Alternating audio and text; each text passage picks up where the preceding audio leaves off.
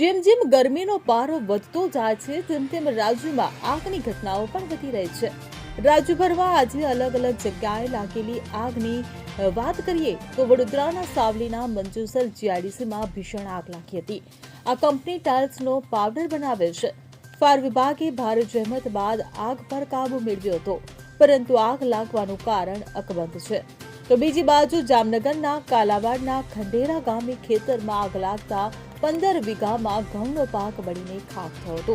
પીજીવીસીએલનો electric wire ખેતરમાં પડતા આગ લાગી હતી, જેમાં ખેડૂતોને ભારે નુકસાન થયું હતું.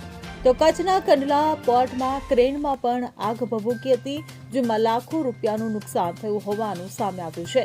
સદનસીબે આગની ઘટનામાં કોઈ જાનહાનિ થઈ ન હતી. અંતે આબુ રોડ પર આવેલા છીપાબેરી પાસેના જંગલમાં પણ આગ લાગી હતી. આ આગે વિકરાળ સ્વરૂપ ધારણ કર્યું હતું. જો કે આગની ઘટનામાં 1 કિલોમીટર સુધીનો વિસ્તાર આગની ચપેટમાં આવ્યો હતો. આગ લાગતા વન વિભાગમાં કુદરતી સંપત્તિને મોટું નુકસાન થયું હતું.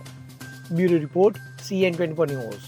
હવે જુઓ દેશ દુનિયાની તમામ ખબરો તમારી આંગળીના ટેરવે.